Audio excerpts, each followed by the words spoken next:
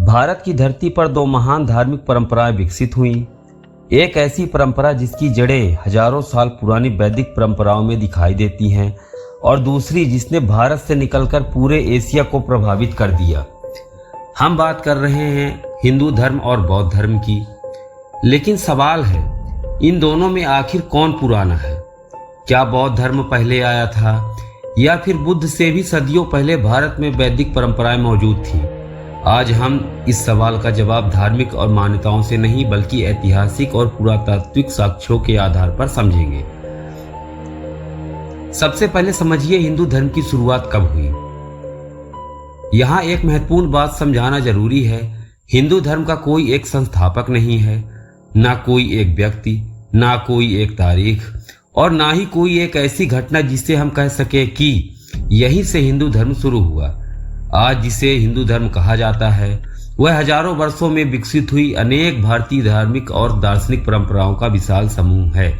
इसकी सबसे पुरानी प्रमुख जड़ों में वैदिक परंपरा शामिल है। ऋग्वेद कितना पुराना है? अब आते हैं सबसे महत्वपूर्ण सबूत पर। ऋग्वेद भारत के सबसे प्राचीन उपलब्ध धार्मिक ग्रंथों में से एक है। अधिकांश इतिहासकार और वैदिक अध्ययन के विद्वान इसकी रचना को सामान्यतः लगभग 1500 से 1200 ईसा पूर्व के आसपास मानते हैं। हालांकि यह ग्रंथ लिखे जाने से पहले लंबे समय तक मौखिक परंपरा के माध्यम से पीढ़ी दर पीढ़ी संरक्षित किया गया। जब गौतम बुद्ध का समय आया भी नहीं था, उससे कई सदियों पहले भारत में वैदिक धार्मिक परंपराएं मौजूद थी। अब आते हैं गौतम बुद्ध पर। लगभग 2500 साल पहले भारत में एक महान शिक्षक हुए, गौतम बुद्ध। उनका जीवन लगभग 5वीं से 4वीं शताब्दी ईसा पूर्व के बीच माना जाता है।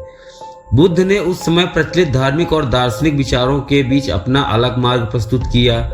उन्होंने दुख, उसके कारण, उससे मुक्ति और मुक्ति के मार्ग पर शिक्षा दी। इसी से आगे चलकर बौद्ध धर्म की परंपरा विकसित हुई।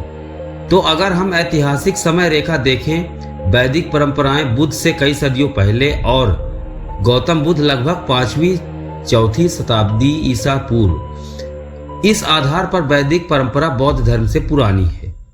लेकिन क्या इसका मतलब हिंदू धर्म और बौद्ध धर्म हमेशा अलग अलग थे? तो इसका जवाब है नहीं। यही इसी कहानी का सबसे दिलचस्प हिस्सा है। बुद्ध जिस भारत में पैदा हुए थे वह पहले से ही धार्मिक और दार्शनिक विचारों से भरा हुआ समाज था। कर्म, पुनर्जन्म, मोक्ष, तपस्या, ध्यान और जीवन के दुख से मुक्ति जैसे सवाल उस समय के भारतीय चिंतन में पहले से मौजूद थे।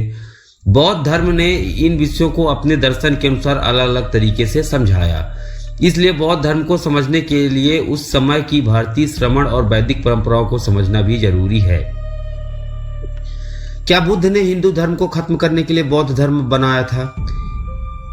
यह एक बहुत लोकप्रिय लेकिन अत्यधिक सरल धारणा है। वास्तविकता ज्यादा जटिल थी।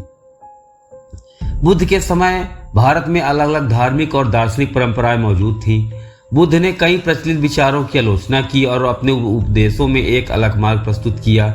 उनकी शिक्षा में 4 आर्य सत्य, अष्टांगिक मार्ग, करुणा और नैतिक आचरण जैसे विषय महत्वपूर्ण थे। इसलिए बौद्ध धर्म को उस समय की भारतीय दार्शनिक दुनिया से अलग करके देखना सही नहीं होगा, बल्कि वह उसी व्यापक भारतीय बौद्धिक वातावरण का एक महत्वपूर्ण हिस्सा था। फिर बौद्ध धर्म इतना तेजी से कैसे फैला? अब कहानी में आता है एक बड़ा मोड़। बौद्ध धर्म को बाद में कई शक्तिशाली राजाओं और शासकों का संरक्षण मिला। इनमें सबसे प्रसिद्ध नाम है सम्राट अशोक। मौर्य सम्राट अशोक ने कलिंग युद्ध के बाद बौद्ध धर्म से प्रभावित होकर उसके प्रचार और प्रसार को बड़ा समर्थन दिया। बौद्ध भिक्षु भारत के अलग अलग हिस्सों में गए और धीरे धीरे बौद्ध धर्म भारत की सीमाओं से बाहर भी पहुंचा।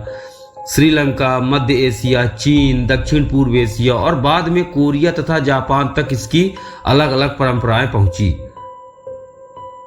अगर बौद्ध धर्म इतना शक्तिशाली था तो भारत में कमजोर क्यों हुआ? यह एक अलग और बहुत बड़ा सवाल है। भारत में बौद्ध धर्म का प्रभाव एक दिन में समाप्त नहीं हुआ। इसके पीछे कई कारणों पर इतिहासकार चर्चा करते हैं। समय के साथ कई क्षेत्रों में बौद्ध संस्थाओं को मिलने वाला राजकीय संरक्षण कम हुआ। दूसरी ओर शैव, वैष्णव और अन्य धार्मिक परंपराएं मजबूत होती गई। मंदिर और स्थानीय धार्मिक संस्थाएं भी सामाजिक जीवन में महत्वपूर्ण होती गईं। कुछ क्षेत्रों में बौद्ध परंपराओं और दूसरी धार्मिक परंपराओं के बीच विचारों और प्रतीकों का आदान प्रदान हुआ और बाद के दौर में बड़े बौद्ध मठों तथा शिक्षा केंद्रों पर हुए राजनीतिक हमलों ने भी बौद्ध संस्थागत ढांचे को भारी नुकसान पहुंचाया। इसलिए यह कहना सही नहीं होगा कि एक राजा आया और बौद्ध धर्म खत्म हो गया। यह कई सदियों में हुई जटिल प्रक्रिया थी। क्या नालंदा के विनाश से बौद्ध धर्म खत्म हो गया? बहुत से लोग ऐसा मानते हैं, लेकिन इतिहास इससे ज्यादा जटिल है। नालंदा एक महान बौद्ध शिक्षा केंद्र था, लेकिन भारत में बौद्ध धर्म केवल नालंदा तक सीमित नहीं था। उस समय कई अन्य मठ और शिक्षा केंद्र भी मौजूद थे। इसलिए नालंदा का विनाश निश्चित रूप से एक बड़ा झटका था, लेकिन उसे अकेले भारत में बौद्ध धर्म के पतन का कारण बताना सही नहीं होगा। बौद्ध धर्म के प्रभाव में गिरावट कई क्षेत्रों में इससे पहले ही शुरू हो चुकी थी। तो आखिर निष्कर्ष क्या है? अब उस सवाल का सीधा जवाब, हिंदू धर्म पुराना है या बौद्ध धर्म? अगर हम हिंदू धर्म को उसकी प्राचीन वैदिक जड़ों के संदर्भ में देखें तो उपलब्ध ऐतिहासिक साक्ष्यों के आधार पर वैदिक परंपरा बौद्ध धर्म से पुरानी है। ऋग्वेद की रचना का समय सामान्यतः 1500 से 2000 ईसा वर्ष पूर्व माना जाता है, जबकि गौतम बुद्ध का समय लगभग 5वीं-4वीं शताब्दी ईसा पूर्व माना जाता है। लेकिन यह कहना भी गलत होगा कि आज का हिंदू धर्म बिल्कुल उसी रूप में हजारों सालों से मौजूद था। इसमें वैदिक, उपनिषदिक, पुराणिक, भक्ति, शैव, वैष्णव और अनेक अन्य परंपराओं का योगदान है। तो इतिहास हमें एक दिलचस्प तस्वीर दिखाता है। बौद्ध धर्म भारत में पैदा हुआ, लेकिन भारत से बाहर जाकर उसने एशिया की सभ्यताओं पर गहरा प्रभाव डाला और भारत में उससे भी पुरानी वैदिक परंपराएं समय के साथ बदलती रहीं और आगे चलकर विभिन्न हिंदू परंपराओं के रूप में विकसित होती रहीं।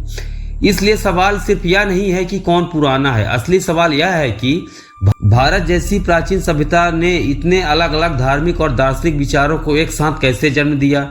और शायद यही भारत के इतिहास की सबसे खास बात है। यहाँ विचार की लड़ाई से ज्यादा महत्वपूर्ण था विचारों का लगातार विकसित होते रहना। अगर आपको इतिहास के ऐसे सवाल पसंद है जिनका जवाब अक्सर हमें किताबों में बहुत सरल तरीके से नहीं मिलता, तो इस वीडियो को जरूर शेयर करें, क्योंकि इतिहास सिर्फ यह नहीं बताता कि क्या हुआ था, वह यह भी बताता है कि आज की दुनिया कैसे बनी।